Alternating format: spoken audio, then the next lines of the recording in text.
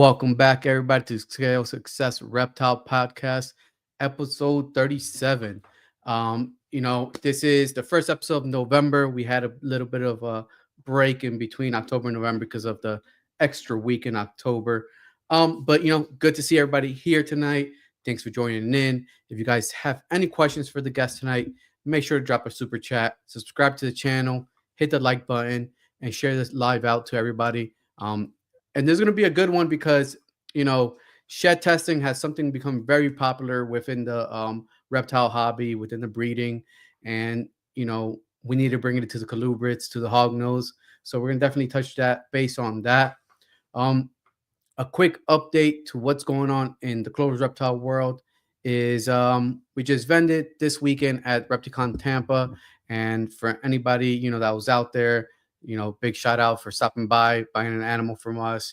It's always good to see new people joining the hobby or seeing older people that come back from, returning customers and just talking reptiles and stuff like that. I think that's the best part about vending is being able to talk reptiles with multiple people and have different questions and point of view sometimes, especially once you get into that rhythm of things. Sometimes you forget certain things from the beginner's aspect. So I think that's always a good refresher.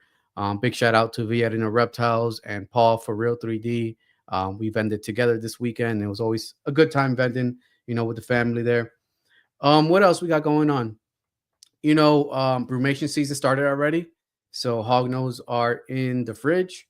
So, the cycle, basically, I'll say 2025 season has officially started because that's the beginning of it, brumation. And then, we have plenty of hognose left from this year, the 2024 season, on our morph market, and a handful of males from 2023. Those males are basically ready to breed. You get them within the next couple weeks. Just put them right into brumation and use them next season. So let me know if you guys go check that morph market up. Hit me up. And I ran a Happy Veterans Day as a veteran household. My wife and I were both Marines. Happy Veterans Day, and I was running a special for all veterans and military people out there. Was 25% off any hognose you purchase off of us through Morph Market. And you know what? I'm gonna run it through the whole week, so available all the way through Sunday. So message us. Go check our Morph Market if you're a veteran. Appreciate your service, or if you're active duty or a National Guard person, same thing. Appreciate your service. Putting your guys' life and time on the line to serve this country. So, with that being said, what else? I think that's it on our end. We're gonna have a lot of questions for Ben and see where genetic test is going with, for just the reptile in general and all the colubrid species. I know there's a lot of colubrid keepers that are, chomping at the bits and waiting to see where we're at with genetic testing. So without further ado, actually, almost forgot. Let me shout out my sponsor. So Sea Serpents, big shout out to Chris. Great person, great supporter of the hobby. If you guys are looking for racks, PVC racks or PVC incubators, hit up Chris. He's in the South Florida area, and he also does major shows around the country, and he ships around the country as well. So make sure you guys go check that out if you're looking for racks and incubators. Now, Husbandry Pro is a partner of ours. If you guys are looking to take your husbandry keeping, your record keeping to the next level, make sure to try Husbandry Pro. Use Clover's 60 to get a 60-day free trial on that. And then we have US Arc National. Make sure to go support them, support their cause. Go join a membership. They're for fighting for our rights to keep reptiles, for responsible keepers to keep reptiles, fighting, for any legislation that comes out through their way for all of the U.S. And then we have US Arc Florida, which is a separate chapter of US Arc, specifically used here to fight any legislations that come up in Florida. Because as you guys know, if you've been in the reptile world or if you're new, a lot of legislations usually start in Florida and then trickle on into other states. So US Arc Florida a lot of times is the spearhead on fighting that battle against any major legislations that would block us keeping reptiles or limit certain species. So make sure to go get a subscription there as well. So, very cheap to get a subscription for either or. And I'm a member of both, so I would recommend you do the same. And without further ado, we're gonna say hi to real quick to a couple people here. EA Snakes and Villarino Reptiles, comment down below.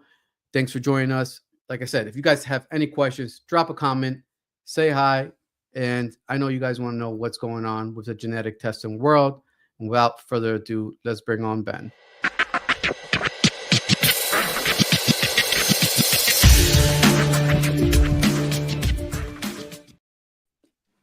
Welcome, Ben. Hey, glad to be here.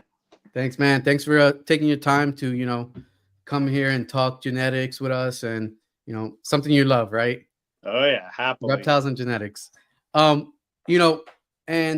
just get into it, man.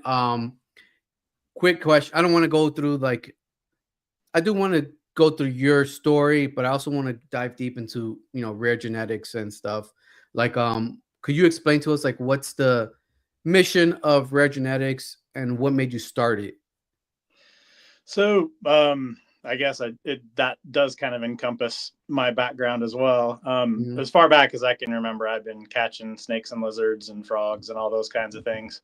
So I also in school was doing a molecular biology degree, but all the time, I was just thinking whenever I learned something that they were doing in another industry, I was thinking, oh, maybe we could do that for reptiles. Oh, we could, that would be cool if we had that in reptiles, And so as soon as I graduated with my PhD, the first thing I wanted to do was be able to make it possible for people that are, captive bred reptile, people be able to have some of the tools that other captive breeding, people that breed other species.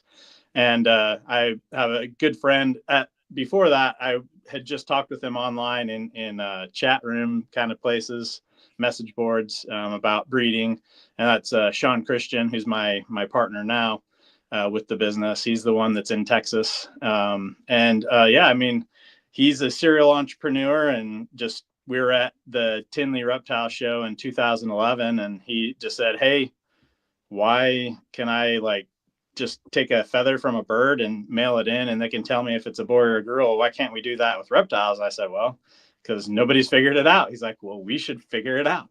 So he's been very patient and very helpful for the first several years. It was just nights and weekends. I was reading and seeing what, would possibly be something that we could do in reptiles. And in 2017, the first test we had available was for sex determination in colubrids. Mm-hmm. And it took about 4 more years after that till we finally were able to do some morph testing in ball pythons. And so really for me personally, I just see with animal species where there's a lot more money, like if they're food animals, if it's agriculture, there's millions or billions of dollars that can go towards research and genetic research to be able to increase productivity and efficiencies, things like that.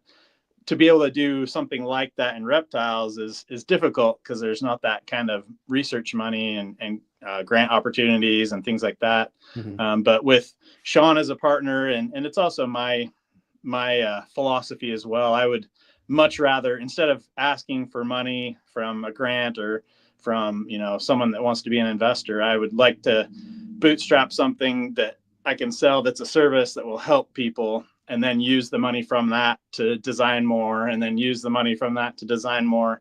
So that's really what we've been doing. We've been in business for a few years, but we're not making any money yet because anything we do bring in just goes towards developing more tests. So really, I would say our first 5 years, our goal is to have, at least 100, if not a couple hundred genetic tests available to help reptile keepers. That's cool. And, it's interesting you say that because the funding, and something I like to say a lot about our industry, it's not a necessity.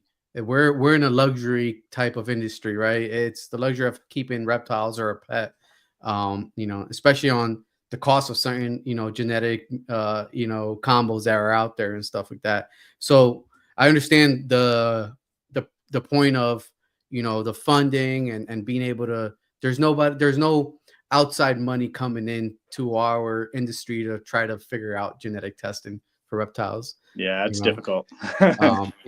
it's not curing. Unfortunately, it's not like curing any major diseases or anything that would help the general public. Um, with that, what was the how come was it the sex determination the first set of tests that you guys came out? That's a great question. And both Sean and I have bred mostly pythons. I've also bred gray banded kings and Honduran milks. But both Sean and I have bred several python species, especially carpet pythons. That's where we originally met online, was on carpet python forums.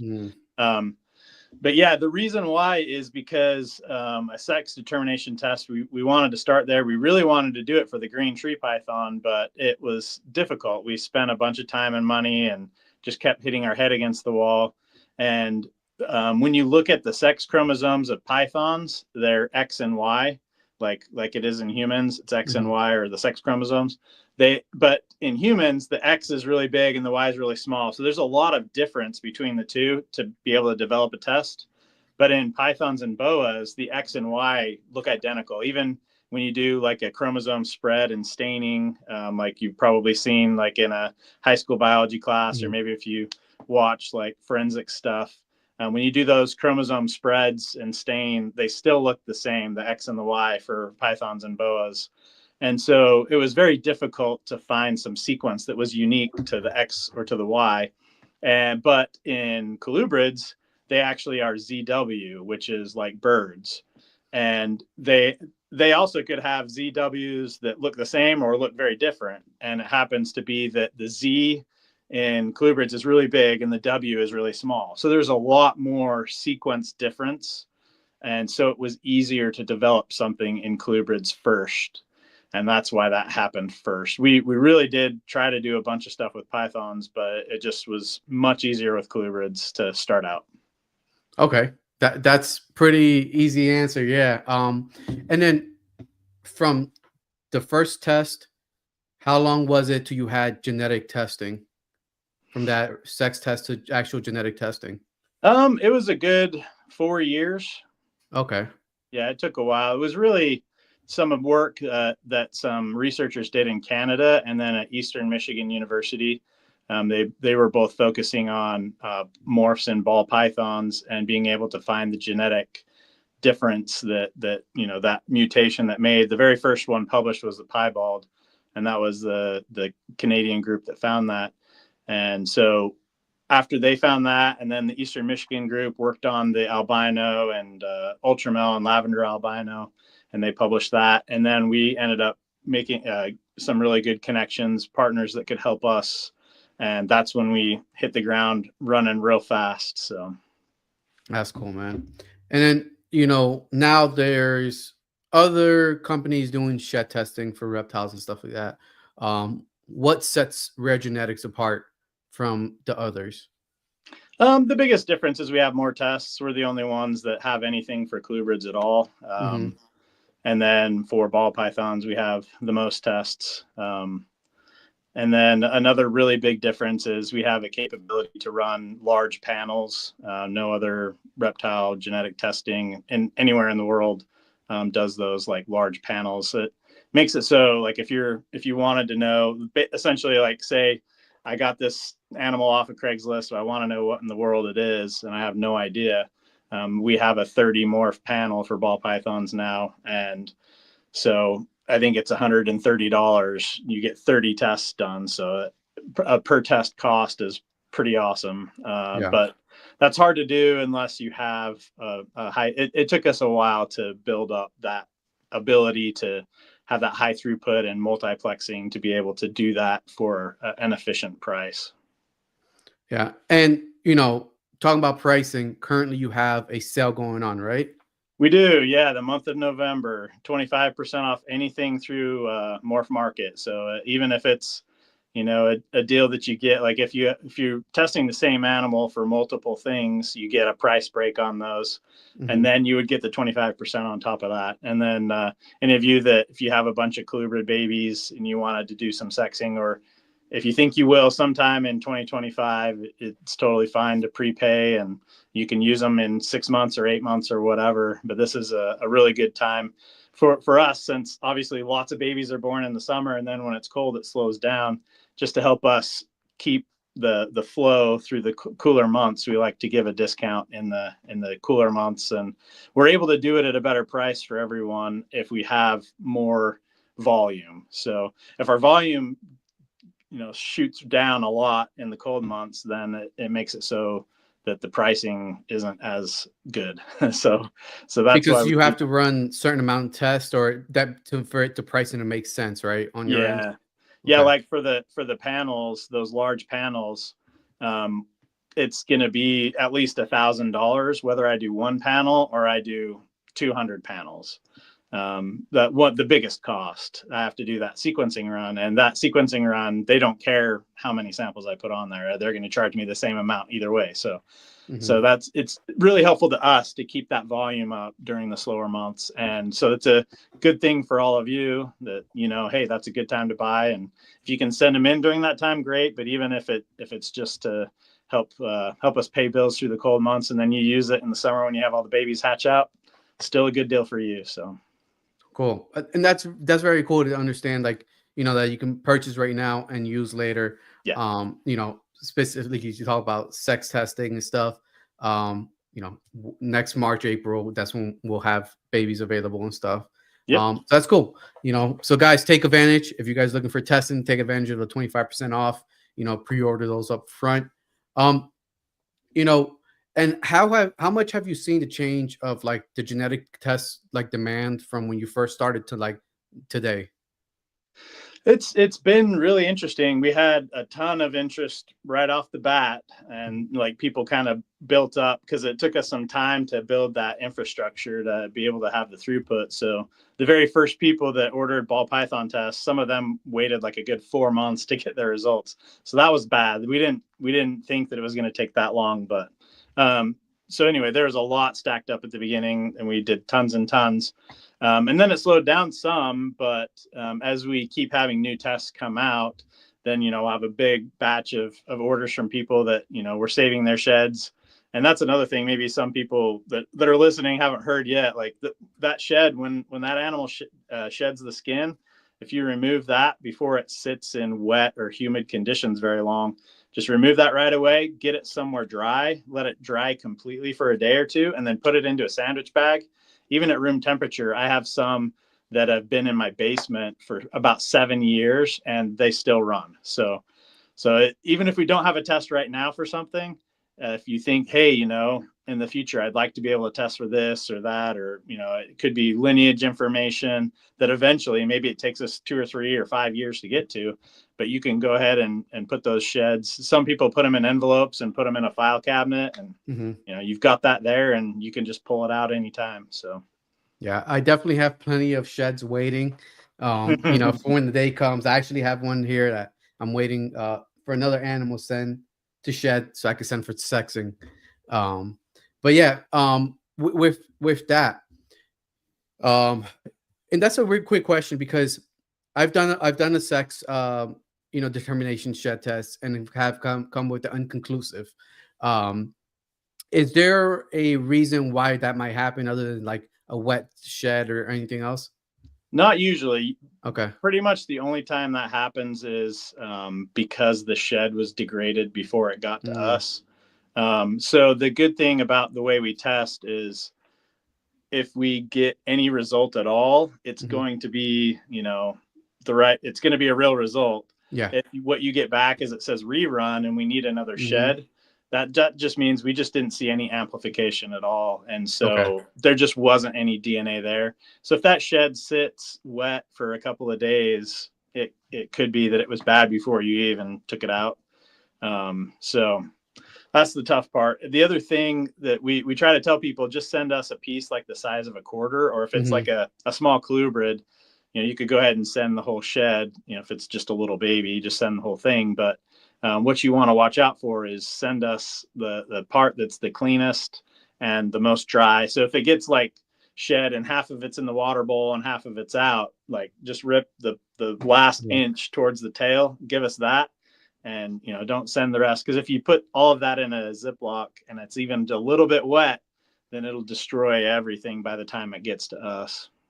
Okay. No, that's a good tip. You know, because for ball pythons, I know a lot of people, you know, miss their, you know, their enclosure tubs. And then for hognose, I always add a, you know, wet sphagnum moss and stuff like that. So they're all running into that situation somehow. Yeah. Okay. So what I do, if there's an animal that I want to shed from, I just every morning and night I check that animal. And I would say 95% of the time, if you're checking twice a day, the chances of it sitting too long, unless they shed like directly in the water bowl and the whole thing's in there, You then you just gotta might. wait for the next one. Yeah. But that's the other trick you can do. Like their eyes go blue and then they Hmm. clear up. When you see them clear up, you know it's just going to be the next couple of days. You could dump their water and just put enough in there to just barely cover the bottom. And that way, if they happen to shed in there, there's not a ton of water to soak up into the shed. Hmm. That can help. And then we do also have many people send in scale clips now. I don't know if you've seen the video we put up, how to do a scale clip. No, I haven't. I gotta take a look at that. Yeah, so we do have that on our YouTube, but it's pretty easy for a baby hog or most any baby colubrid. It would probably be difficult. It wouldn't be impossible, but for like a juvie to an adult, Hmm. you just flip them over and then go on a belly scale. So the longer belly scales, and just shave off. It really looks like the size of an eyelash. You're just Okay. shaving off the edge, and the very edge of that belly scale will be clear.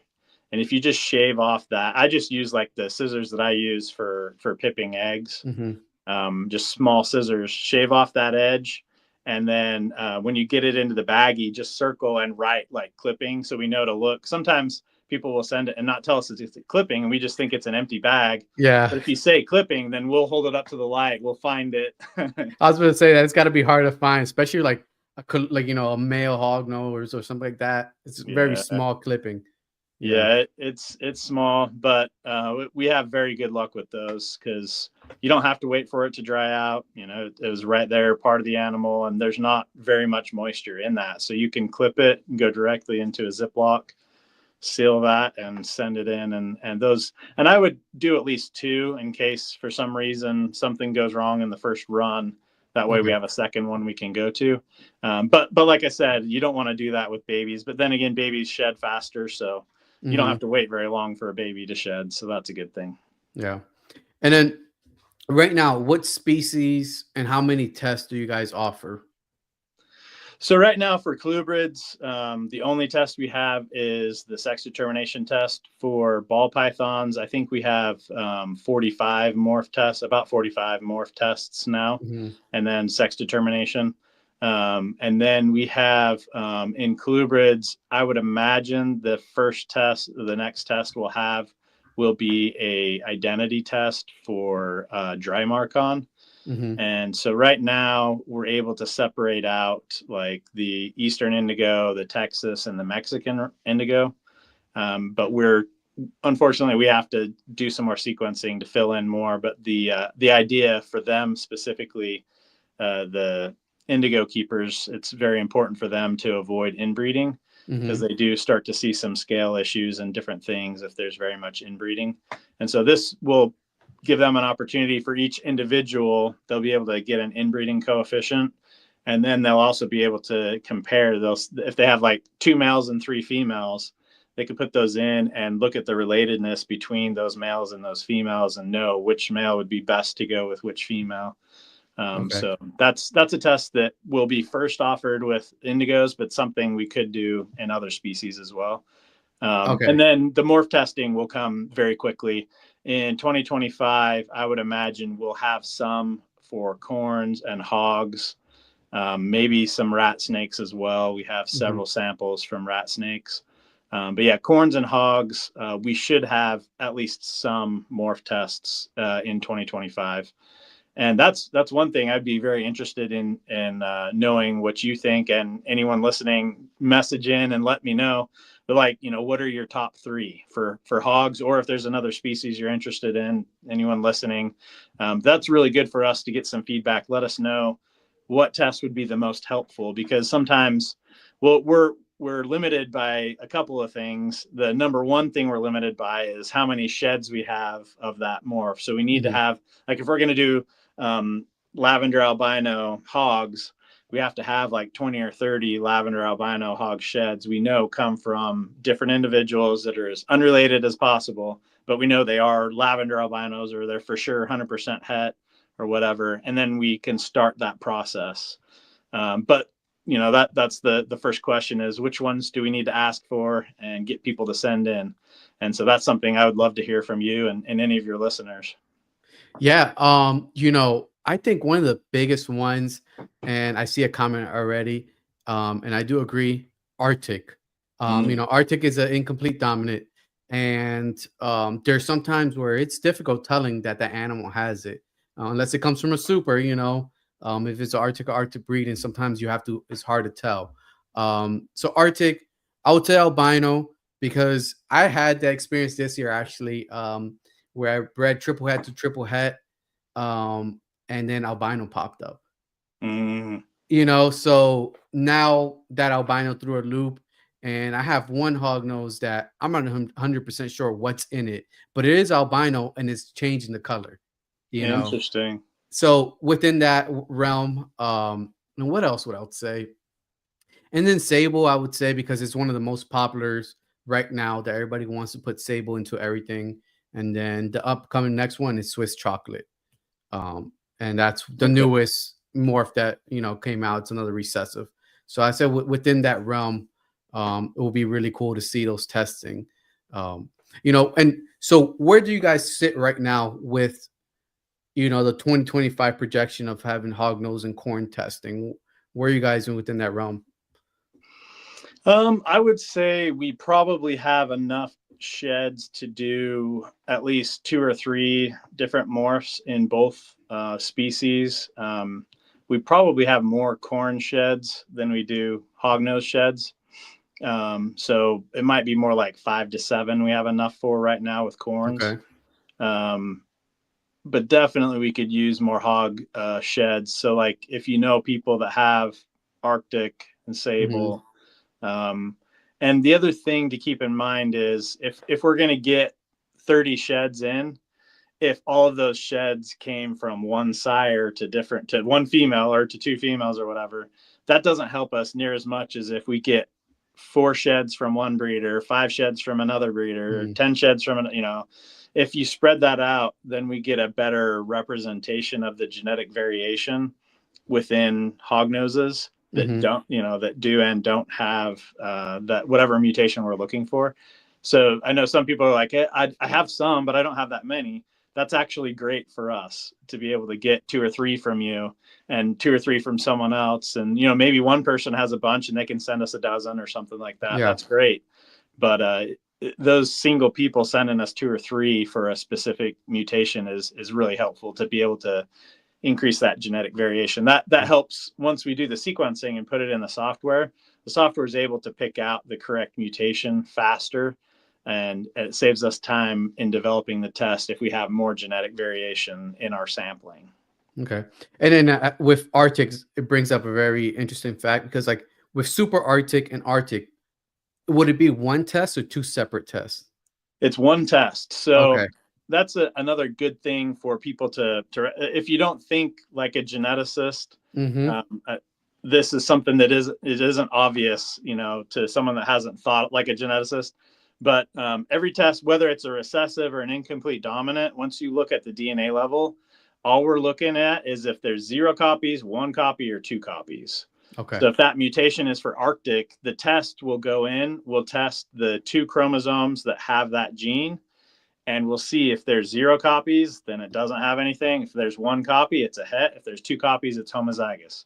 So if it's a recessive trait, people are more used to thinking in het and homozygous, but even for an incomplete dominant, it's het, still a het, you know, is your, you know, whatever your base morph is, and then your super, that's homozygous. And so the genetic test itself doesn't know whether it's recessive or incomplete dominant. Okay. It's always going to tell you 0, 1, or 2.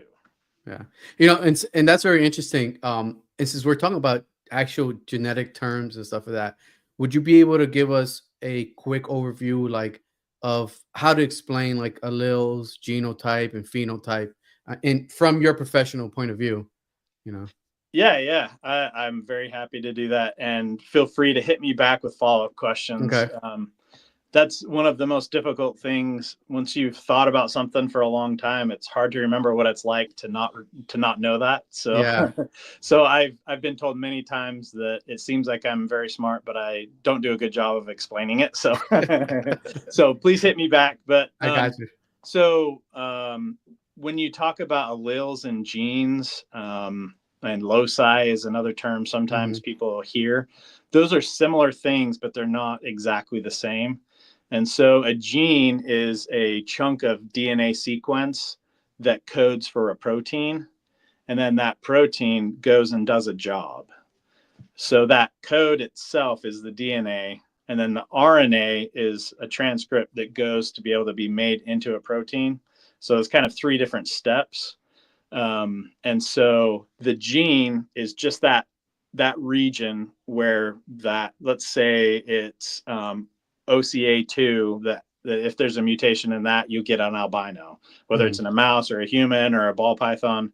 It's the same gene. You get a mutation somewhere in there that messes up that protein, then you'll get an albino. So that region, that's called the OCA2 or ACA2 gene.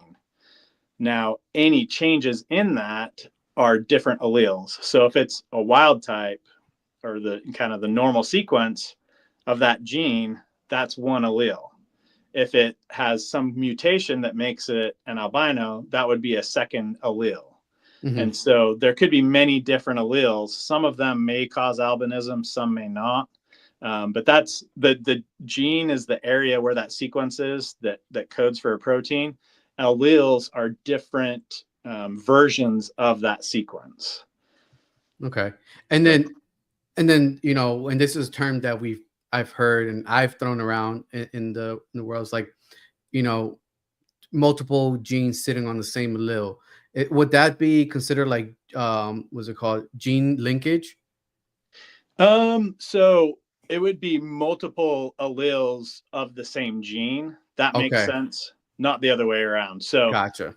If you're talking about one sequence, the OCA2 gene, you can have multiple alleles of that gene. So those are all in ACA2. Now, gene linkage is if ACA2 is right by, you know, another one that has to do with albinism is We'll say hypo. Okay, hypo, the hypo gene and the albino gene. If they're really close to each other, if you're familiar with ball python breeding, the banana gene is close enough to the sex determining gene that 95% of the time they travel together. That's linkage. And so anytime you have 2 genes that are right close to each other, then those are linked. You wouldn't really call mutations in the same gene linked, because those are allelic. But if you had 2 mutations in 2 different genes, but those genes are right next to each other, then they're not going to breed like, you know, you would expect if they're on different chromosomes. If it's het for both on the same chromosome, its babies are either going to be het for both or negative for both, because they're going to travel together all the time. And then if you make that animal that's het for 2 different things, but it's from 2 different animals, and those genes are close to each other, then one het is going to be on one chromosome. Let's say it's on chromosome 3. You're going to be het on chromosome 3 from the mom and het for the other one on chromosome 3 from the dad. And that baby is those are going to essentially act like a super. Even though they're in different genes, they're linked together. And so the babies will likely all be het for one or the other, but you're never going to get both because they're linked. Okay, that makes sense. And, you know, because we have that topic came up in the hognose world recently, where we have Evans hypo and caramel, you know, and the combos of frost. And there's been discussions where like people breed a frost to a frost and then get caramels, or get Evans hypo and not frost, and vice versa, same thing. So, you know, people are being baffled, like, what's going on here? You know, or did I get sold an animal that wasn't a frost? Yeah. And stuff like that. Yeah, if there's anyone that's done a fair amount of that and they're Mhm, willing to share their breeding data with me, mhm. I would be happy to analyze that and see what it looks like. Okay. Yeah, I think that might be another good one to add to the list because of that undecisiveness of what's going on there. And, Yeah, you know, throwing us just trying to breed it out and figuring it out will take so yeah, many years, right?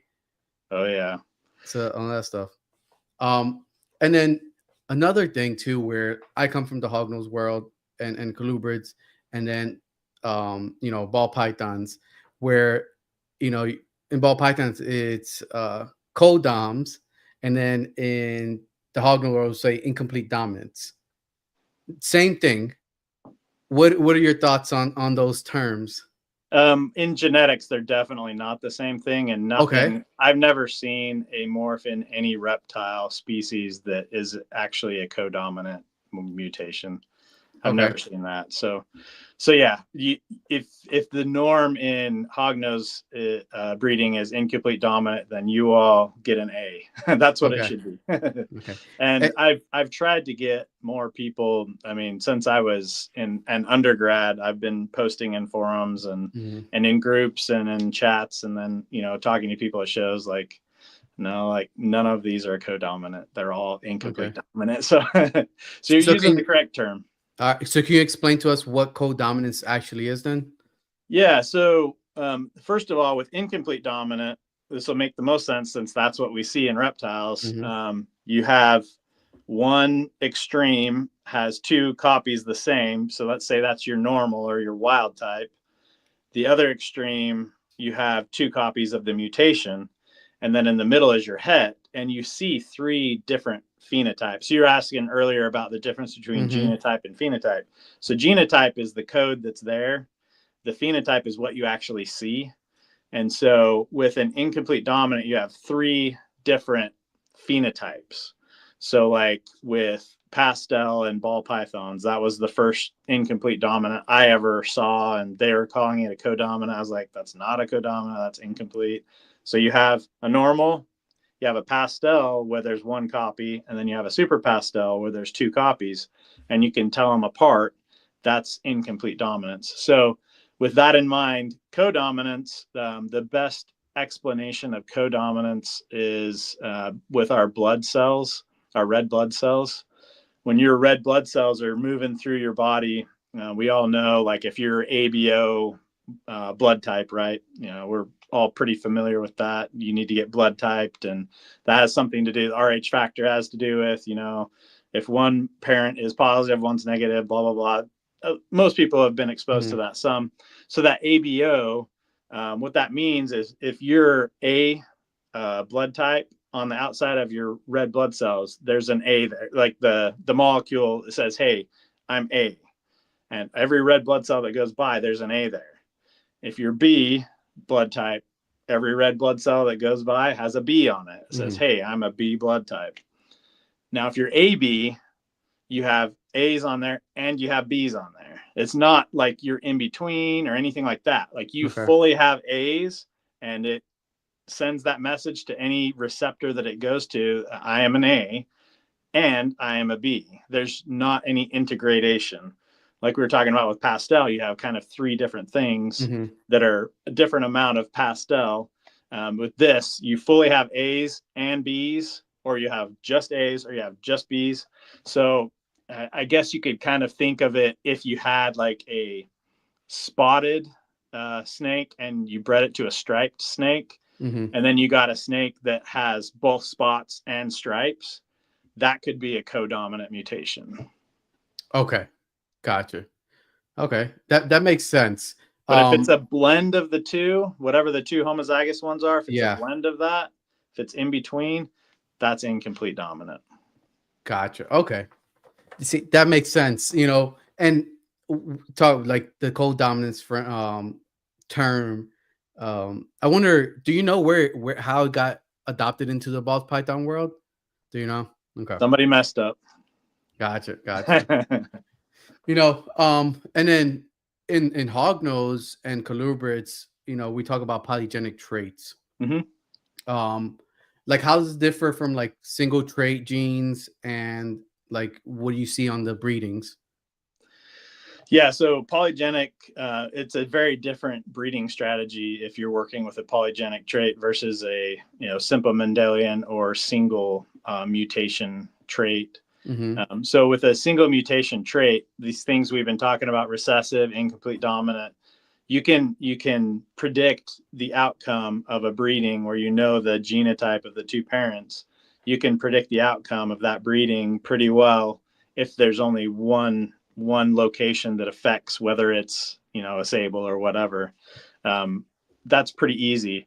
But when you move to a polygenic trait, so most of the time polygenic traits are variable. The outcome is variable. So like height in humans, that's a variable trait. That is a polygenic trait. There was a publication that just came out fairly recently where they went very deep into looking at large populations, lots of sequencing, and they published there's over 10,000 genes that affect how tall you're going to be. So that's a polygenic trait that's extremely complex. Some Okay. polygenic traits are 3 genes or 2 even. That's still poly because it's more than one. So it is a polygenic trait, but it's much more simple. So if you like, for me with carpet pythons, a lot of people really like the striped looking carpet pythons, and that was a polygenic trait. So if you breed a striped one to a non-striped, you might get some striped ones in there. If you breed 2 stripes together, you'll get more stripe. In general, you're going to get more stripes in there. And if you breed the really extreme, heavily, really nice striped animals to each other, more likely to get that. But it's not like an incomplete dominant or recessive where like half are going to be or a fourth are going to be. It's much more variable because it depends on whether it's 3 different mutations or 7 different mutations or whatever that affect striping or whatever trait you're breeding Mm-hmm. for. And the more traits there are that affect it, the more line breeding you kind of have to do. I like to say it's a good way to think about it is if there's 7 different genes that affect it, it's kind of like pulling the slot machine and the things are spinning. You have to have them all line up the same to get that trait really powerfully. That's kind of what it's like. And if you have a way of knowing what your breeders are for those 3 or 4 or 5 different things, then you could predict a little better. But it's still, and like I said, it could be 20 different traits or 20 different mutations that affect it. So it definitely gets more complex and moves more into line breeding than it with simple recessive or single mutation traits that are recessive or incomplete dominant. You're less likely to need to do line breeding. You might do it at first to produce it quicker, but then you're going to want to outbreed as much as you can to clean it up. Yeah. And we have a good amount of line bred traits and polygenic, examples of it in the hognose world. For some, there's a good amount of albinos. And now Really? yeah, we have a lot of polygenic albino stuff. And now more patterns are being bred through the polygenic traits because there's only one, incomplete dominant that messes with the pattern in hognose. So to be able to, get variants of patterns, a lot of people are working with the polygenics. Okay. Myself, And is that one anaconda or is there another one? Yeah, incomplete dominant, the anaconda. Yeah, the anaconda is superconda. So that's the only one that we know of right now. That's not a polygenic, Okay. That's, I think, if we figured out another either recessive or incomplete dominant that can change patterns, going to change hognose. But right now, like you said, it's the luck of the draw when you breed in those line bred traits and stuff like that. I personally work with it's called twin spot and reverse stripe, and what I've noticed, it all falls within that same line bred trait. It's just the variance of how strong it shows on that animal. Okay. Yeah. So that's very interesting. And now with genetic testing, would you eventually be able to test for polygenic traits, or is too hard with the variants? It can be done. It would be expensive to Okay. develop.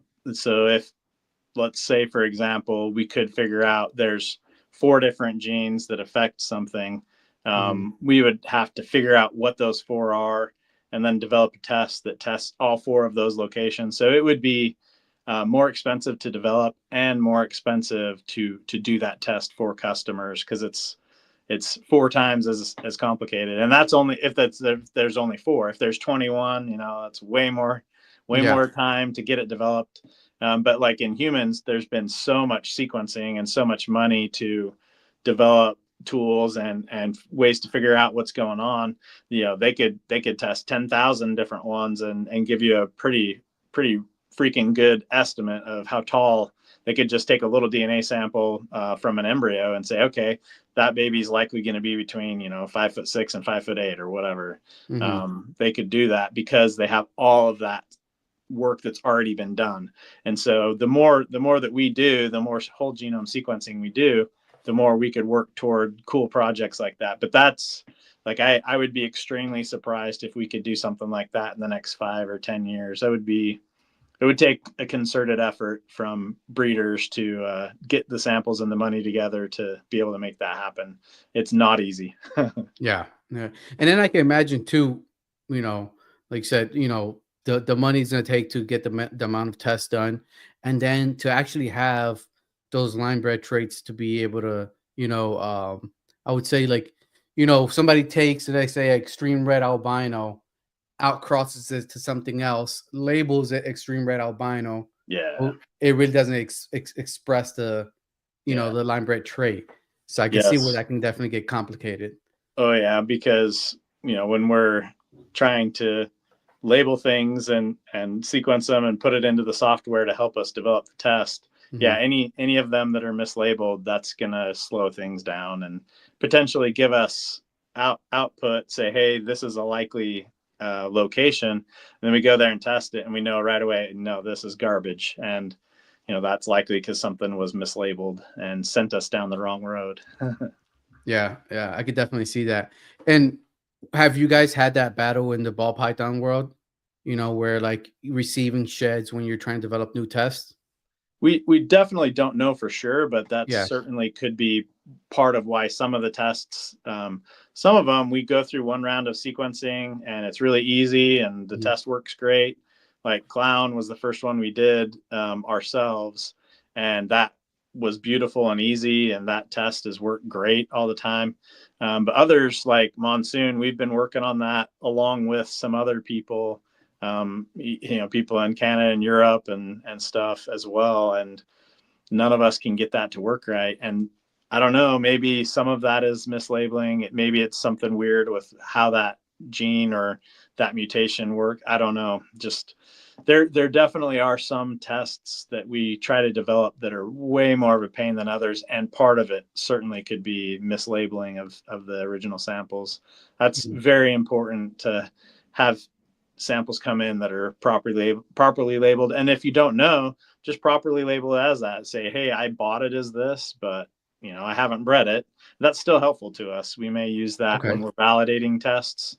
But like the ones where people say, hey, I bred this one to an albino. I know it's for sure a het albino because I produced albinos. That's good information for us to know too. And we know, okay, that one we can put in knowing that it's correct, Okay. Yeah. And one interesting fact thing that's going on with the reptiles, how we have so many mutations that change the color and pattern and stuff like that. Why is it so easy to find that into reptiles? It really works the same in all, any vertebrates that you look at. So what the very first papers with the piebald and the albinos, part of what they were doing was, especially with the albino paper, they were just looking at mice and humans and zebrafish and stuff like that and say like, hey, what are the genes that cause an animal to be albino in these other species? And they're like, okay, and then let's go into the ball python, sequence those genes and see if we see changes. and boom, there you go. We see it in the same genes in a ball python. So part of it is we're standing on the shoulders of other people that figured it out in other species. And so Okay. we kind of know where to look. So like in the earlier, we were asking for suggestions. A couple of them were albino and Mhm. axanthic. That's great because I already know where to look, and there's a pretty good chance I can find albino and axanthic in hognoses because we already know where it is in ball pythons. So that helps. Okay, that's very interesting to think about that now. Like building off other species. Yeah. That's really interesting. So now having all the ball pythons genetics mapped out or really close to having a good amount of them can definitely help push how fast other species get. All Definitely. right. Yeah.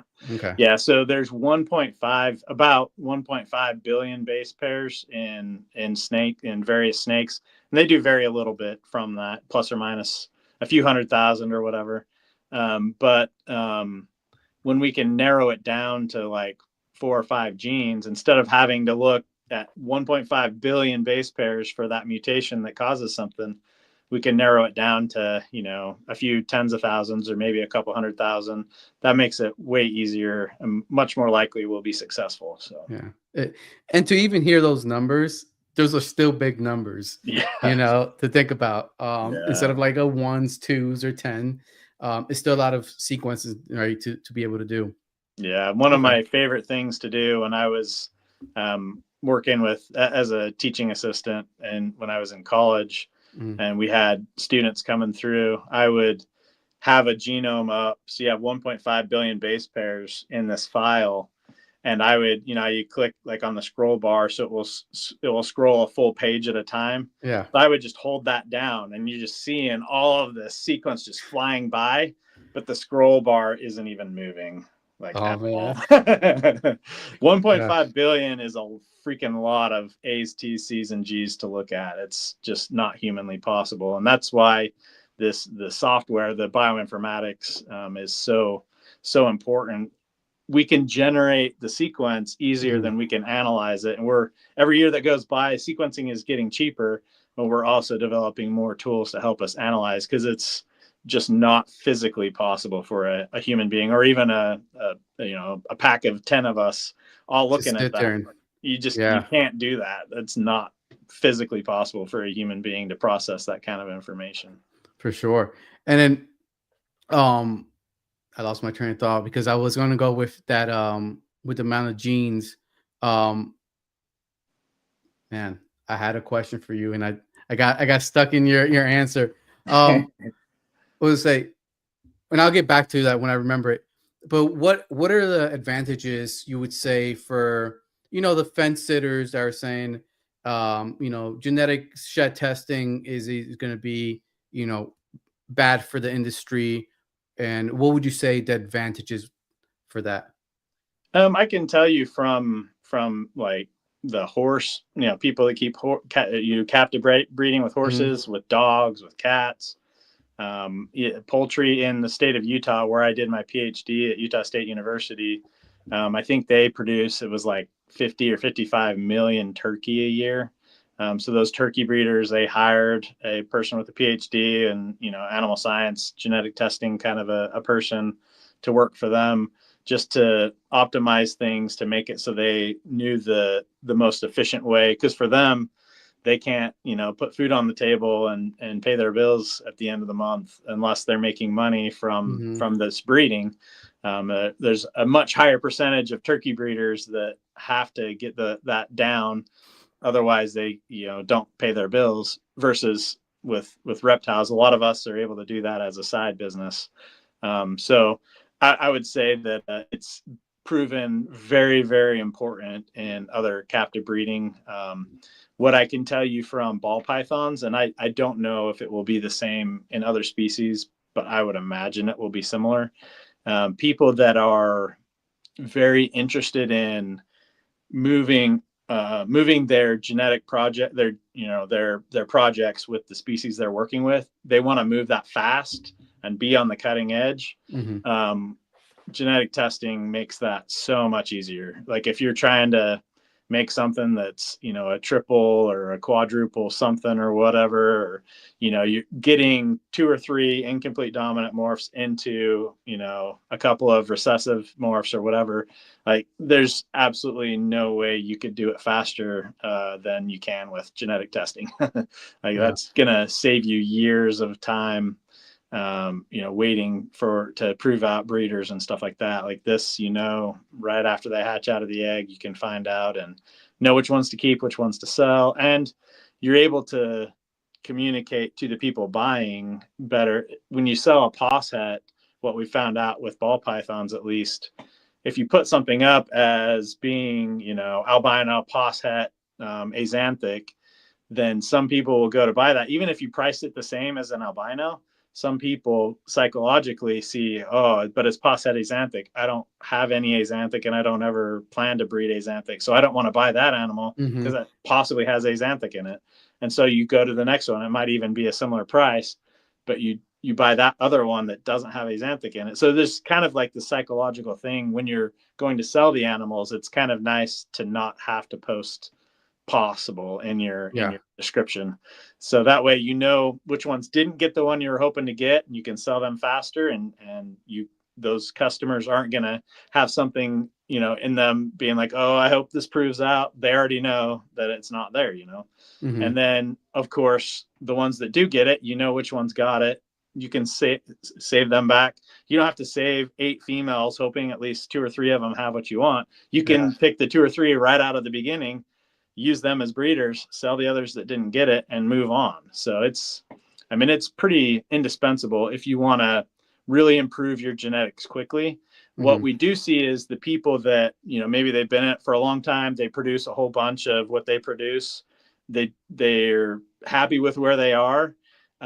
For them, genetic testing is probably going to be a problem because they're going to get left behind. Doesn't say like it'll close. I think it'll close the gap of the, those big breeders that have a good amount of animals where they can easily prove out they can hold back 10 animals, whatever it is. And the small timer like myself, where I have a limited gene pool to pull from. Yeah. So, it's definitely not, it's just like anything, there's pros and cons. But I think that anyone that wants to improve their genetics quickly and be on the cutting edge, genetic testing gives you that opportunity that you can't get any other way. Yeah. Well, and I remember the question I was going to ask you about all the numbers and gene markers, learning more for other species. How does that work with you? Having to learn all these species morphs to be able to map them. Is it a must, or is it you guys are just looking at like genomes and numbers? It definitely helps me. I actually bought a corn snake morph book, and I bought a blood python morph book. They're the shows that I went to this last year. There were people there. I got to talk to the people that wrote the books and buy the books directly from them. And if there's someone that's written a hognose one about hognose morphs, I'd like to buy that and talk to that person too. But yeah, it definitely helps me, because one of the main things that I'm doing is I'm kind of bridging the gap from those 1.5 billion A's, T's, C's, and G's across to the people that do the actual breeding. They see, what actually hatches out. They see what it looks like.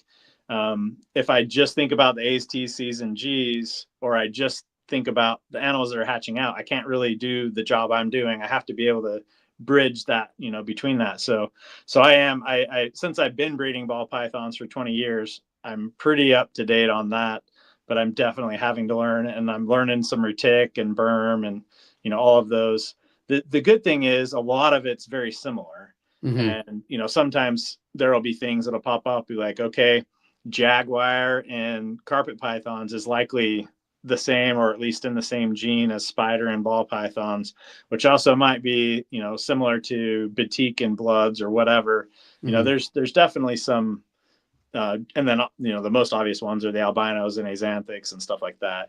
Those are pretty easy, but yeah. And also I enjoy it. They're beautiful animals, and I like learning. I think that the worst hell I could ever be in, I'm sure many people feel this way, but the worst hell I could ever be in is one where I could not ever learn something new or improve myself in any way. Yeah. That would just be crushing. Yeah. So it's something I enjoy, and it helps me to be able to communicate to the people that are sending in sheds to help me design the test, but then also helps me understand what's the most helpful, like what you just talked about with frost and albino, Mhm. and how that kind of interaction is. If I don't learn that, I can't design a test or know which tests to design quickly to be the most helpful in a situation like that. I Yeah. have to learn that, and I Yeah. like it. Yeah. Do you think there'll be a limit once you guys start, adding more species where you might need to have like advisors for specific species and stuff like that? Yeah, that's very helpful. And Mhm. if there are people that are interested, would there's definitely people that I reach out to, even with ball pythons, with specific things that I do know some about. I always reach out to people and be like, hey, you know, how many different lines came in like 7 years ago for this?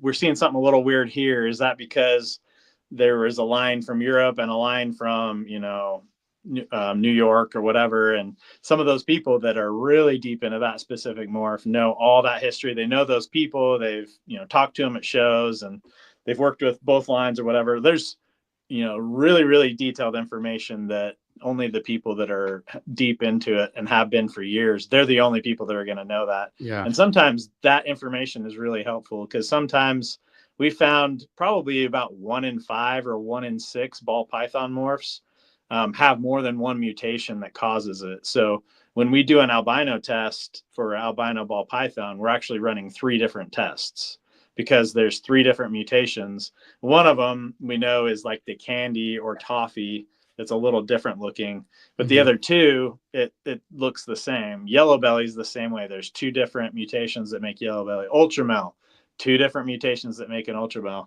So we have to figure that out to be able to have a test that tests for all the mutations that are known. Otherwise, an animal could come in from that has that albino mutation that we aren't testing for yet, and we would call it negative, but it's actually het for albino. It's just not the mutation we knew about. And so in cases where we start getting some coming in, we're like, hey, this testing doesn't make sense.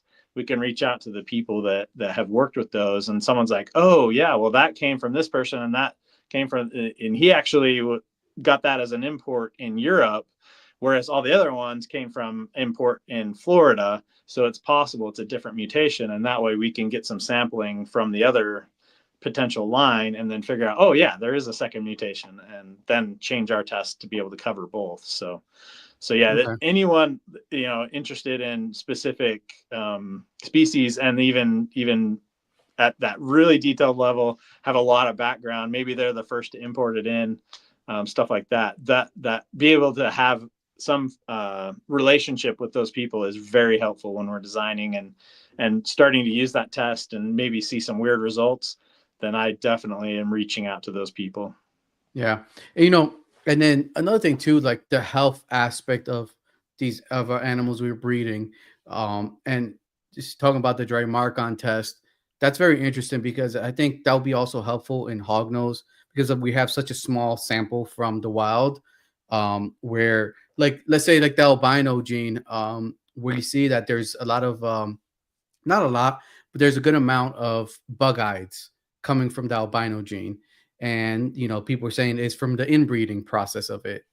Would, that'll be interesting to see if there's an albino line that carries that deformity versus to a different albino gene. Yeah. And how would you guys be able to develop a test for that?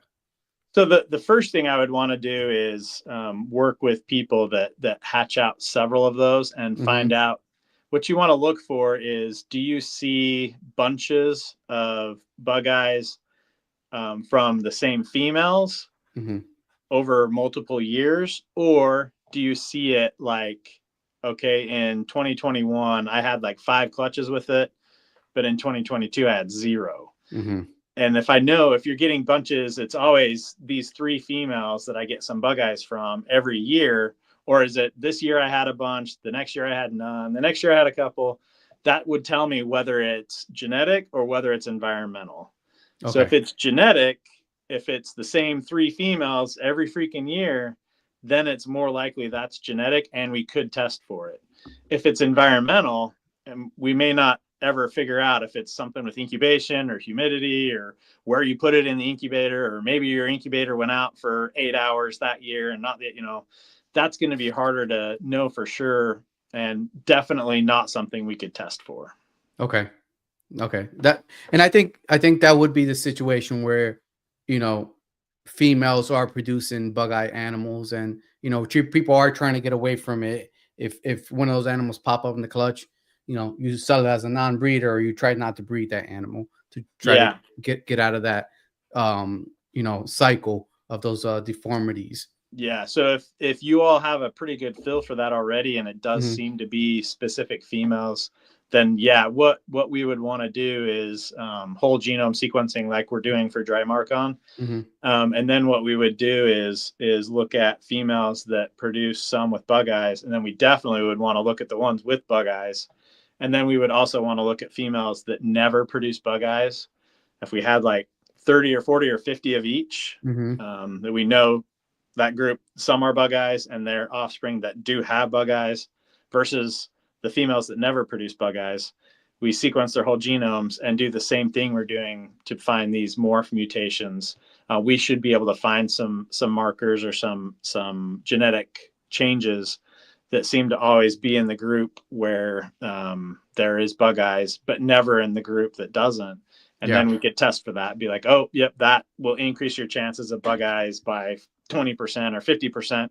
Once we have that, then we could test it and see, how heritable that is and how good of a predictor it is. That's very doable.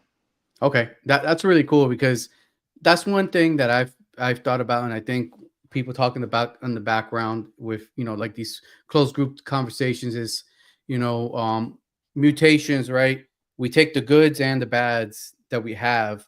And like in hognose specifically, there's 2 genes off the top of my head that I can talk about. The lavender gene, which is a, recessive, and then the leucistic, which is also recessive. People that have had experience breeding these for years always recommend to breed a visual to a het, because visual to visuals cause kinks, neurological issues, and stuff like that. And what is thought that causes the issue is the inbreeding. Could there also be like actual that the gene is like there's like a deadly combo of visual to visual? Definitely. But usually if it's that one gene itself, that when you get 2 copies or it's homozygous for that it's bad. It would usually be that way, whether it came from a het to het or it came from homozygous to homozygous. If you're only seeing detrimental effects when you breed homozygous to homozygous, but not when you breed a het to homozygous, I would say it's less likely it's that one gene. It's more likely there's something else there, which inbreeding would make it worse. Okay. It would make it more likely to be a problem. But if you suspect that and you do some outbreeding, then you should be able to clean that up so that you could eventually have animals. And that would be that identity test where you get an inbreeding coefficient. You could see, maybe you look at 3 or 4 different hognose morphs, and the inbreeding coefficient is, at one place, and then all of a sudden there's one where it's like way worse. Be like, okay, we definitely need to outbreed for this morph compared to, all the others that we have. We don't have that data right now. That's something, maybe in a couple of years we could have that and be able to work from that.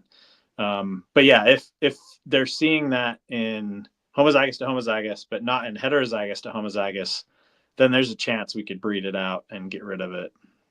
Okay. Yeah. That's very interesting. Because I think where the lavender development of lavender itself, the combos, it's really slow because of that fear. If I breed visual to visual, I'm gonna have a lot of, messed up animals and stuff like that. Now, is it any better for the het to be male or the het to be female, or it doesn't matter at all? So from what I've heard as well is that people have seen low fertility and visual females. Yeah. So And so yeah.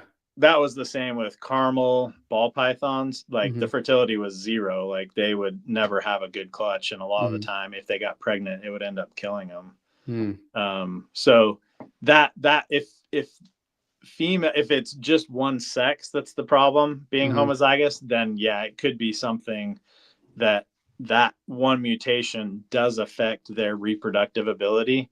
Then Hmm. you're probably not going to be able to breed that out. So that happened with caramel albinos and ball pythons. It also happened with the not desert ghost, but the desert mutation.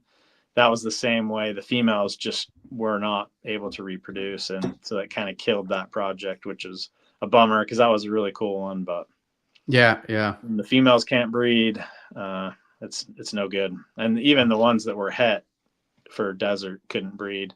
For caramel albino, the het females could still breed, but the homozygous caramels couldn't. Okay. Yeah. And then I think last year, if I'm not wrong, last year or a year before that, at least publicly, was the first time somebody noticed said that they bred visual lavender to lavender and then visual Lucy to Lucy. They had success in breedings. I just don't know the full extent of what was viable, what had any, if any, had issues or not. So Yeah, that, I guess that would be good data to also, bring in to see what yeah. the outcomes are. But can you really use that data if it's only like one pairing, or would you have to have multiple pairings and multiple seasons to be really able to work with that data? Yeah, for that kind of a question, yeah, we would need. Well, I guess you could say if people have tried 10 times, like with caramel albinos, there's the first 10 they went through and tried to breed, and none of them ever laid eggs, or got egg bound and died every single time. Like, then okay, we should not do this anymore. Hmm. But yeah, if it's a reduction in reproductive output, so the females still can reproduce Hmm. sometimes, but they either reproduce less frequently or they have less healthy eggs, then yeah, we're going to need some numbers. We'll need several clutches, and that's another thing that people do in other captive breeding industries is they'll have like a scientific journal or just like some kind of newsletter or whatever where we could kind of compile some of this when people like you were talking about earlier, maybe some people that are interested in helping to get genetic testing and get this reproductive kind of information together. If people were interested in helping get something like that going, I can't say that I have the time to run that, but I would be happy to help and help get things published where breeders work together and say, hey, I produce 5 or 10 hog clutches a year. This person Hmm. produces 20, blah, blah, blah. Like this is our question we want to do this year. Doesn't make a difference if we only feed mice or if we feed mice and rats or this or that. Or the next year you say, okay, let's look at our clutches and see, for lav to lav versus Lucy to Lucy. Let's each of us that can do either kind of a pairing, let's each try to keep it even. If you're going to do 5 lav to lav, do 5 lav to het and see what you get. And if 3 or 4 people do that, and we can put that information together and say, hey, this is what we see, and I can do some statistics work on it and stuff, and have a cool little publication. That's something I would love to be a part of. That they definitely do that in other, the food animals. That's something that's very valuable to breeders and is very common thing, but not something that we really do with reptiles yet that I've seen. Okay. Yeah. And talking about books, we have a viewer that they say want to give you a suggestion for a book. Yeah, Yeah, comment down below. yeah. Currently, there's with Hognose, there's two books, or not two books, but at least two people that have put books out. One is John Barry. Mm-hmm. Um, so he has a Hognose book, and it's very, I would say, basic. I always tell people it's good when you're first getting into Hognose.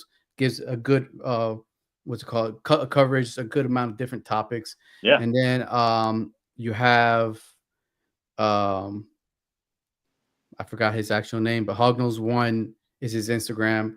And it basically covers a lot of different morphs, albinos. He has a book just for albinos and stuff like that. So there's a couple books, but there's another book being worked on right now. I think that's supposed to be come out. Kevin Rhodes is with the morphs. Okay. And there's different books. I think there's maybe like a series of 10 different books on different mutations for hognose. But John Rice, which he's a hognose breeder, and what's it called? And Zach. He's the head program of the herpetologist in, I forgot what university in Ohio. But they're putting a book together. They're collecting cool. a lot of data from the wild, a lot of captive bred data, and then You're a lot of morphs. You're talking about Zach that does Loftman. Lauman? Yeah. So they're John and Zach are putting a book together. I think this should be coming out sometime next year.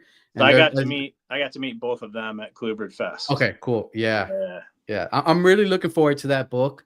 To seeing an updated, field studies, genetics, all that stuff. Yeah. So really cool to hear that. And that's probably going to help out a lot, maybe with a lot of questions that you might have. And then John Barry, I think he said that he's going to do an updated book sometime next year as well. Should be coming out. Cool. For hognose. So there's a few people working on them. There's a lot of information out there. I guess now that the hognose are becoming more popular, different people are different, breeding more, different takes on how to breed. With, talking about like the health, have you seen that us line breeding or selective breeding for mutations, as a geneticist, would you do something different to try to help the long-term health of the animals that we're breeding? I would say with snakes, that I've been around, which is, like I said, mostly pythons and a little bit of colubrids. It doesn't seem too detrimental to do a little bit of line breeding or selective breeding by keeping it in the family. Either way you want to think about it. It looks like, doing one or maybe even two in a row you can get away with. But going past that, you're probably going to start, in general, when you inbreed, the first thing that goes is reproductive output, which doesn't really affect in general. There's obviously specific cases where this is not true, but the rule of thumb is, in general, the first thing that's going to go is reproductive output, and that doesn't really affect the life of the offspring. They're still going to, be normal hognoses. There just might be, on average, 7 instead of 10 or something like that. But if you keep breeding and you keep inbreeding, even though you're seeing your clutch sizes are going down, you keep pushing that far enough, then you're going to end up with, kinks or with, two tails, or, there's going to be something messed up. Probably all of us have had something hatch out where there's, something a little off, and you don't know for sure what it is just by looking at the animal, but there's likely something wrong with its digestive tract or something like that. So if you're being careful and paying attention to your reproductive output, and if you are doing some inbreeding or line breeding, you start to see your clutch sizes go down or something like that, or even the ones that hatch, there's a few less. Maybe you in general are seeing one or two that have problems and don't make it. Then you don't want to keep inbreeding.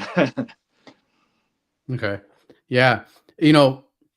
I guess that's an interesting fact, really paying attention to and keeping records, right, of what you produce, how to produce it. If you saw you're sitting backstage when I was doing the intro, that's why I love Husbandry Pro, because I can go back. Like this year, I had not issue, but I didn't get any double clutches, And last year I got almost about 80% double clutches of female. And I was like, what happened? I was able to go back and review the, what's it called? The records that I have on Husbandry Pro, because I log in the feedings and everything. I already had an idea. I was like, okay, I think I didn't feed enough. And that's what it was. I between shows, traveling, and stuff like that, I didn't give those extra meals, I think, to be able to develop the second clutches. And because it was throughout, it was not, I didn't get one. If I would have got like a reduction, I was like, okay, maybe the females didn't roll, but it was throughout the whole collection. I didn't get any these double clutches. We do have a question. I want you to answer this. When two different mutations make a phenotype, what's the kind? Would that kind of be like a codom, where two different works together for the phenotype? So does that question make sense? Yeah. Well, okay. I believe that I understand what the question is, okay. but feel free to, mutant geckos, feel free to message again if I don't answer it right. So I believe what you're asking is if there are, two different traits, that you're looking at, and then when they're together, would that make it a codom? So usually, and this kind of goes back to when we were talking about gene versus allele. So if you're in one gene and there's two different alleles of that gene, and each one, so like let's say you have one gene, call it gene A, and there's two different alleles, allele for spotted and allele for striped. So they're mutations in the same gene, but they have very different phenotypes that you can tell if you get a spotted one or if you get a striped one. Like it's very obvious which one you got. And then if you get both of them and that animal has distinct spots and distinct stripes, then that would be what a codom would be. If you're talking about two different mutations that are two different places, and when you get both of them together, that wouldn't be a codom. That would just be those two different mutations interacting with each other. A codom would really be, when you're using that genetic term, that would be talking about two different alleles of the same gene. Okay. All right. Yeah. Kevin, if he answered your question, hopefully we figure it out. And if not, type it in again. It will not hurt my feelings if you say that's really nice, Ben, but that's not what I was asking. and I think when us, because I'm in that same boat, that are, learn genetics through the reptile world and try to explain what we're thinking to you, right? Where exactly, sometimes it could definitely get misconstrued, or the question might just not be laid out correctly. But I guess the good thing too is like you're familiar with both worlds now. You have your the actual science and then the hobby slang, so you can try to decipher it. That's really cool. I couldn't imagine somebody from the outside, like if not a reptile person, coming and doing what you're doing. It would definitely be hard, I think, trying to first, and I can imagine how this works, like trying to fix all the mistakes that people, or the way we're wording things, the way we refer things. Yeah. It's not even really like a mistake or doing something wrong. It's just different than how people in genetics talk about it. If I'm talking to someone who's a pure, oh, sorry, my daughter's trying to call. No, she doesn't know that I'm on okay, she hung up. Okay, we lost Dr. There we go.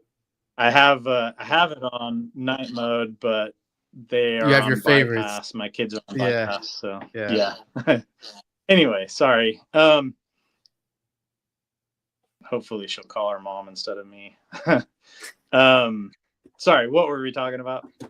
Oh man, I lost my train of thought now too. That was Lily's fault. Yeah. We were talking about like how, the mistakes, or the the different terms. Probably the most entertaining thing is if I'm talking to a pure academic genetics person, and I'm trying to help them understand what breeders are talking about. The funniest one is the whole super thing. Like, why are you calling homozygous animals supers? Like, a super pastel or a super, like a, anything super, like, Mm-hmm. how did that become a term? Like, I don't know. That's just always been there.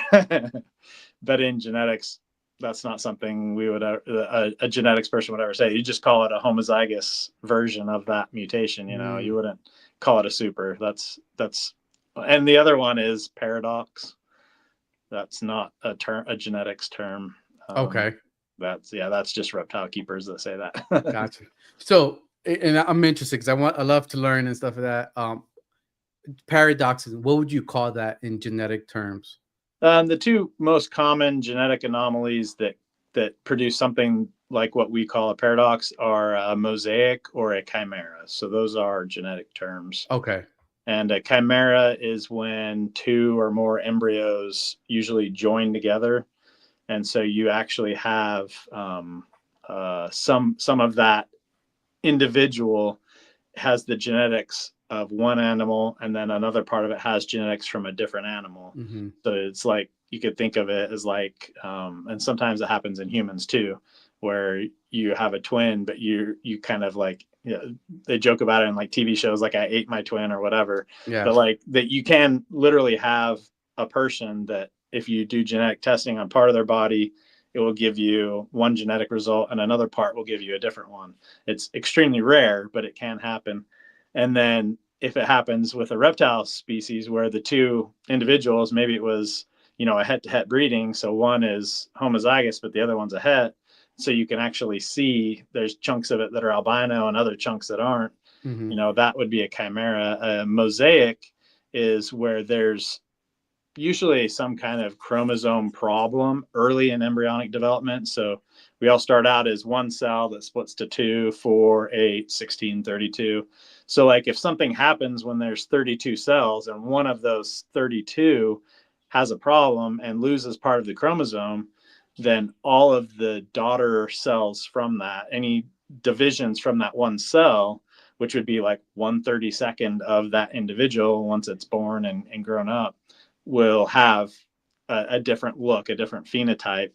And so like if you have a het albino individual, but it loses part of the chromosome for that normal albino gene, then the only one in those cells that's part of the individual, Mm-hmm. that those cells that lost the normal, albino is really what you see when there's no normal there. It's not necessarily two copies. It's just normally you have to have two copies. But if you Yeah. delete the normal one by losing part of that chromosome, you still will get an albino. So mosaic would be where it's one individual, but somewhere early in embryonic development, there's a chromosome problem. And then it's going to give you a different phenotype just in the cells that came from that one cell. Mm-hmm. And so those are two different ways where you can get what we call a paradox. Okay.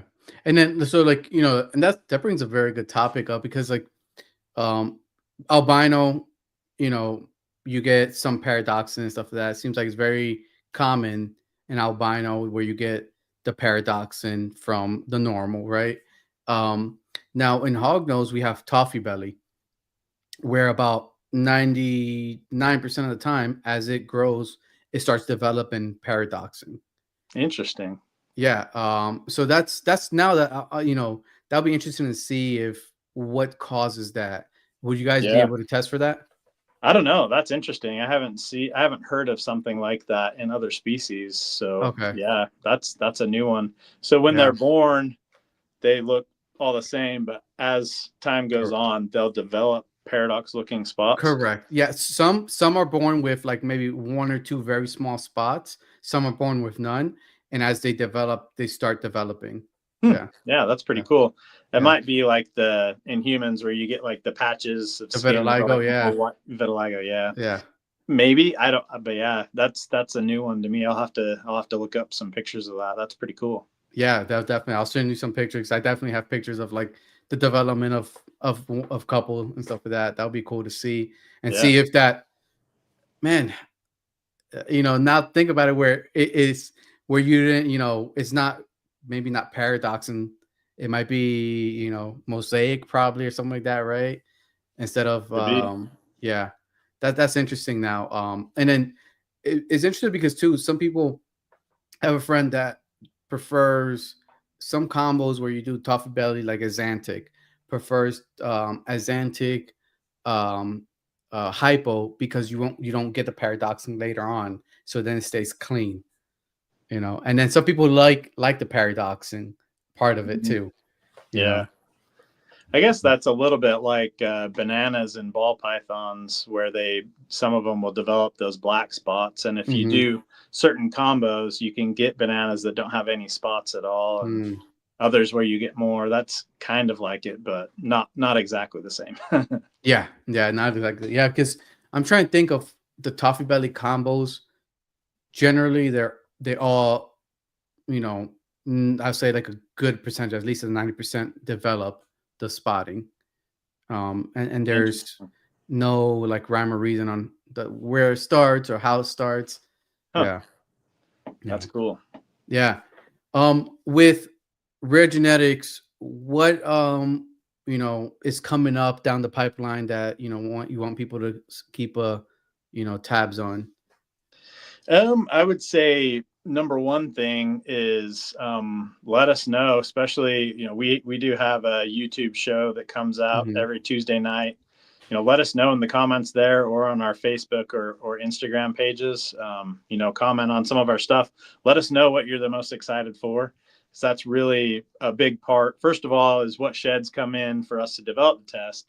But then also, if we're getting sheds in for 5 different things, but everyone says they're excited for one of them, that's the one we're going to do first. So that feedback for colubrid morph tests right Hmm. now is the time to let us know. First of all, by sending in the sheds for the tests that you want, and second of all, by talking to us. But yeah, I mean that's really the big thing, is that identity testing that we'll do first in dry marcon, and then morph testing. And then we're also going to start doing some sex determination in other species. I've wanted to do it for several years, and I think 2025 will finally be able to branch out into other species a lot more. And so some of that will be like sex determination in blue tongue skinks and heloderma and some monitor species. Okay. I would still love to get it for green tree pythons, but we've learned from some people and academics that the sex chromosomes for green tree pythons and that whole genus of Morellia that carpet pythons are into, their sex chromosomes are more complicated than all of the Mm. other pythons. So that might be a thorn in the side. But yeah, more the biggest thing for colubrids in 2025 will be the morph testing, and just get sheds sent in for the tests that you want, and then let us know, hey, I want to see an Arctic test, I really want to Hmm. see a sable test. Just let us know and say, hey, I'm going to have like 20 clutches that have to do with this frost thing, and I would really like to know what in the world is going on, be able to optimize my breedings. When I hear people keep saying that, I'm like, okay, I really want to help this person, or I really want Yeah. to help these people, and that helps. Anyone that's worked any job, that any kind of motivation helps make things faster. So Hmm. when I get a whole bunch of sheds in for something, and people are saying I really want this, and I have a breeder saying, hey, in my specific situation, this is why this would really help me. If I have all 3 of those things happening, then I'm going to push that test faster. Yeah. And for us, knowing what was going to help you as well, like which test we would like first, on Yeah, popularity, basically, and then other, like that we're talking about the frost, or now we're talking about the paradox on toffee belly too. We'll be pretty yeah. start seeing some of the stuff. We did have a question earlier on about ball python genetics for MJ Xanthic test. Yes, so we do have a test. We found out, and there's at least 3 different breeders now that have done MJ Xanthic to GCR Xanthic and gotten all Xanthics. So we do also see that it looks like they are the same mutation, MJ and GCR. We have a test that is like 97, 98% correct, and we don't release them until we're over 99%.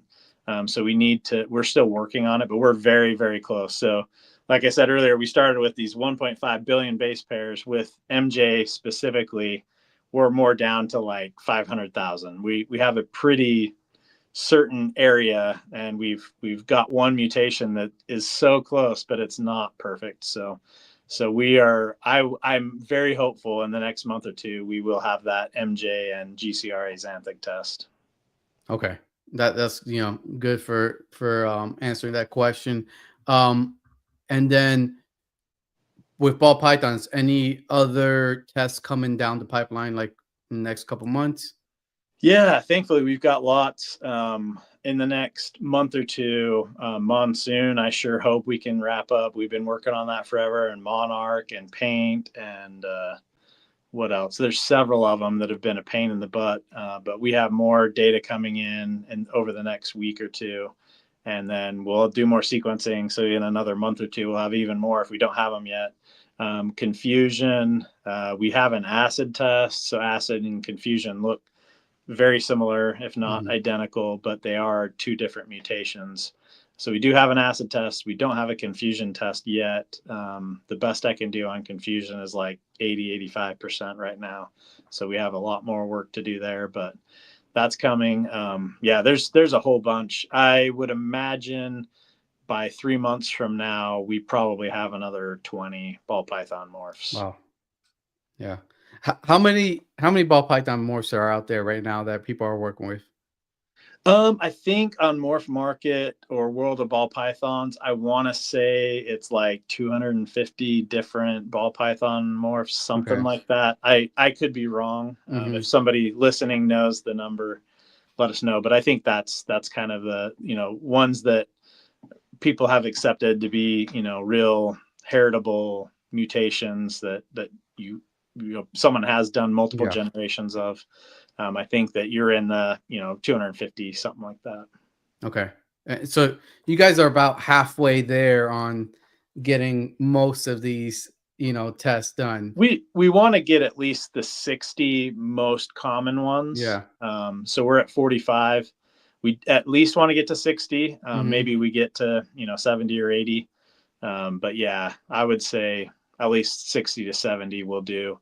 And then it might slow down in ball pythons while we're moving into hogs and corns and retics and bloods and berms, and maybe pick up some lizard species too. But we'll still do a little bit here and there. But that big push for us will probably go down once we've got the top 60 or 70 ball python morphs. That's what will help breeders the most. It's a lot of money and time each one that we develop, and it's been great that it's worked out so well so far. But if we start spending too much time on really I guess less common or less used morphs, then we may be spending more money than we can make back to pay for that research and development. And so then we might put ourselves out of business if we do that too much. So yeah, that's something we always have to balance. Yeah, that makes sense to have the most populars. I mean, and then I think about it with hognose, we only have about 20, 25 within that range so far that we've developed and discovered and proven out. So that's another I think different. Whereas stuff gets starts to get proven out, it'll be easier to keep up with that as well, right? Since it's we're so young into the more mutations for hognose. For the hognose test, you guys the funding is done and it's just waiting for more shed testing and seeing which are the most popular ones. Yeah, thankfully, a lot of the money that had to go into getting the ball python stuff working was kind of getting our infrastructure built up and have enough. So for these larger institutions, a lot of time they're academic institutions that have these $1 million, $2 million machines that can do this kind of sequencing. We obviously aren't big enough to be able to get that in-house anytime soon. So we need to work with those institutions. And if, we're the customer that orders the least, then we're always at the back of the queue. So the more, since we have a good amount of volume with the ball python stuff, it's a lot cheaper for us to add, another species now than if we had started, with hognoses or with corns or something like that. We wouldn't have had enough volume to stay in business. So Yeah. really having all of the interest in the ball pythons and enough volume coming through has made it so that we could have a business at all. But now that we're up and running, we have those relationships, we have that volume already, then that makes it so we can take some of these other species and work in them too, where we wouldn't have been able to without the volume that we get with the ball pythons. We would always be at the back of the queue, be like, oh yeah, we'll get that to you in 3 months or 6 months or whatever. Yeah. Now we can get the same thing that took 4 to 6 months when we started. We usually get in about a month, maybe 5 weeks now. So that makes it a little better. That's like on the research shed stuff when we're designing new tests.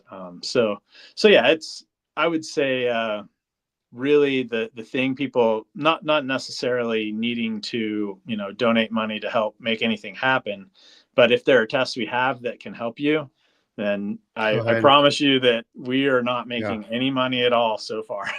So if there are tests that we have that can help you, order those tests, let us do something to help you with your breeding. And that will help us be able to, put that into colubrids over this next year. Yeah, I think it's for hognose, for people that are hognose breeders that are looking to help push the development and stuff like that. The sex determination test will be great, Yeah. because we you go on the Facebook groups and stuff like that, and every day there's multiple posts. Yeah, is this a male or a female? So simple tests like that would clear things up. And there's just sometimes there's such an in between that they're hard to tell. Popping a small animal like that is sometimes very risky. A 5 gram animal, popping them, it's that's tough. squeamy. Yeah, it's tough sometimes. But that's really good to hear. That the way to support is being able to order some shed testing and stuff like that. So guys, take advantage of that 25% off. If you guys are gearing up for next season, buy 20 or so tests up front so you guys have it ready to go whenever you guys have babies.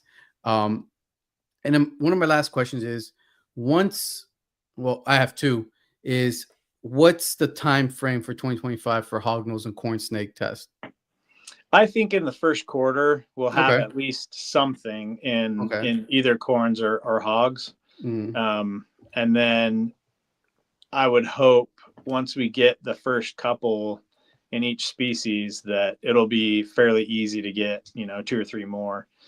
So I hope the first quarter we can have at least 1 or 2 in either corns or hogs, or maybe 1 or 2 in each. By the middle of the year, I would say we should for sure have at least 2 or 3 in each. And then by the end of the year, like you said, if there's really only, 25 or so total, maybe we could get the ones that will be the most helpful. If the top 10 or dozen or, something like that are really the most helpful ones, maybe we can get most of those in 2025. I think that's possible. That's really exciting to hear, because from the moment, I heard about you guys about Rare Genetics was like, all right, what do they have for hognose? And, I've been keeping up, trying to, figure out when, and just hear a glimpse of when's the time frame for hognose stuff. We do have a question from one of the viewers is, do you have a list of the top more requested morphs for corn snakes? I'm trying to think. When I've asked multiple people in different settings, some in person, some online, and there hasn't been like a consensus top 3 that I've, it seems like a lot of people, their top 3 are completely different than the last person, their top 3. So I wouldn't say that I really have a concrete list. With corns, since the feedback I've gotten back from breeders has been so mixed, what we will probably do is just take whichever one we have the most sheds from and do that one first. But if you love corns and you can reach out to people and say, hey, the next time they put out a post or they put out a video on YouTube or whatever, everybody go on there and say, let's get Tessera corn snake test, that kind of thing. We will definitely see that. We look at all the comments and in our social media and on our YouTube. And if we see people are campaigning for something, they're getting sheds sent in and they're having people comment, like, yeah, that will move closer to the top, if not the top. Okay, that's cool. Okay, all right. And then my last question for you tonight was, where do you see rare genetics once you have the plethora of like different, species, genomes mapped out with different morphs, like 5 years down the line? 5 years down the line, yeah, I hope that we have a lot of not only morph tests in Hmm. several species, but the sex determination. I think that's another really big one because, you know, with reptiles, even though like we were just talking about like tail length Hmm. or whatever, like there are some things that, you can kind of figure out, or, maybe by the time they're 8 months old or a year old or whatever.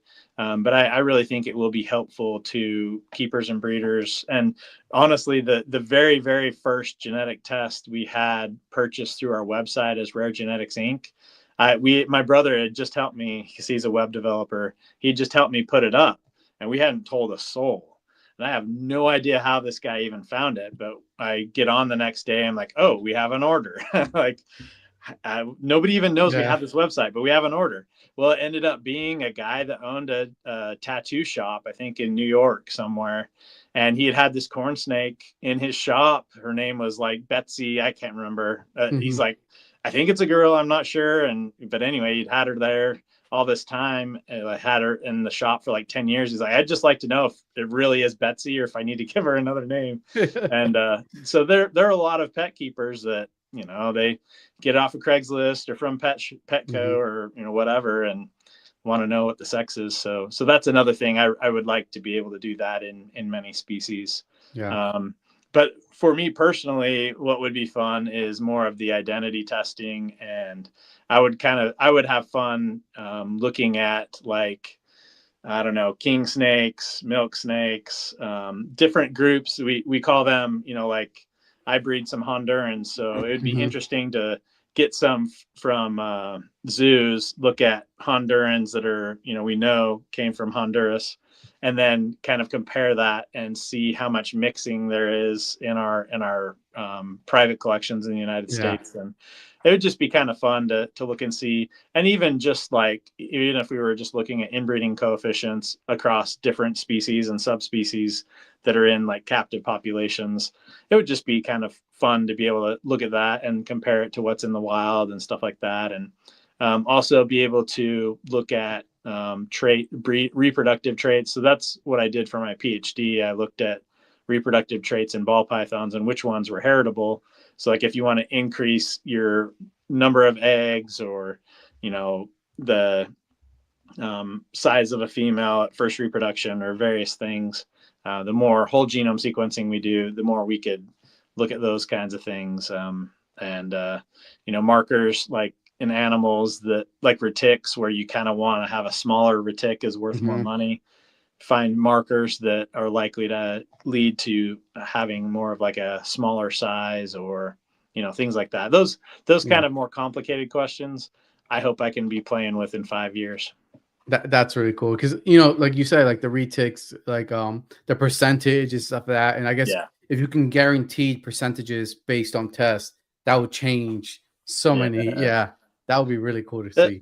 what I think would be the most feasible, the fastest with retics would be, we could find markers that, it'd be kind of like when you send in a sample from your dog, your mutt, and they come back, they're like Hmm. 17% German Shepherd, Yeah. 20% this, that. Um, I would like to see, I think it would be where we could provide a percent chance of that animal being like shorter than 7 feet or shorter than 10 feet or whatever we decide to put that at. So that would be, I think, the test we could do first. Be like, hey, that this animal, based on the length markers it has, is, has a 80% chance of being shorter than 10 feet at adult or whatever. I think that would be pretty doable. Cool. Cool. We have one more question. can, I guess he wants to buy shed advanced for shed testing for hognose? Definitely for sex determination, you can do that through Morph Market now. Mhm. One thing that we talked about with ball python, with new morph development, that people took advantage of a little bit, but not a ton. It's not something that was really widely known. But if there's if you are breeding lots of sables, you really want there to be a sable test, you reach out to us individually and be like, hey, I really want there to be a sable test. I'm going to send you everything I have. I'm going to talk to people and get them to send you stuff. I'm going to make sure in the next month you've got 50 sheds. And I would love to be able to prepay for, 50 tests or 100 tests or whatever for when that sable test is ready, because I want you to have the money to do this as fast as possible. We would be very willing to talk with you about that. Make sure that, the correct expectations are there. Obviously, if it's something no one's ever done before, we can't guarantee that we'll make it work, but there's a good chance with the success we've had so far, we should be able to get most tests to work. But anyway, that would be a possibility. If it's for sex determination, you can get that 25% off now. If it's for a morph test in hogs and you really want to make that one happen, then reach out to us individually. The easiest way to get us is to email raregeninc@gmail.com, or just message us on Facebook or Instagram, or I don't know if Kayla might see them if you message through YouTube, but I would say do a message through Instagram or Facebook. Would be the safest. Okay, perfect. All right, Ben, thank you for your time. Any last words? Anything that we didn't cover that may want to get a quick comment in? Just thanks. I love shows like this. I can tell you sincerely care and are excited, and you think about this a lot. That's that kind of energy, I feed off of that, and I know other people do too. It's a really cool for me. In 2017, I had some things happen in my personal life, and I kind of realized, and then COVID was also part of it. I realized a lot of my mental health depended on these animals. Like being able to just go in the snake room and check on animals and see how they're growing, and that really does a lot to help me stay mentally healthy. So I love the show, love what you're doing, and thank you, appreciate it. I'm very thankful to be here, and I hope that the listeners learn something from this, and then also that they're gonna send sheds in and let us know what they want tests for. Perfect. I'm put you backstage and I'll be right there. Thank you again for your time. Guys, what a great conversation tonight with Ben.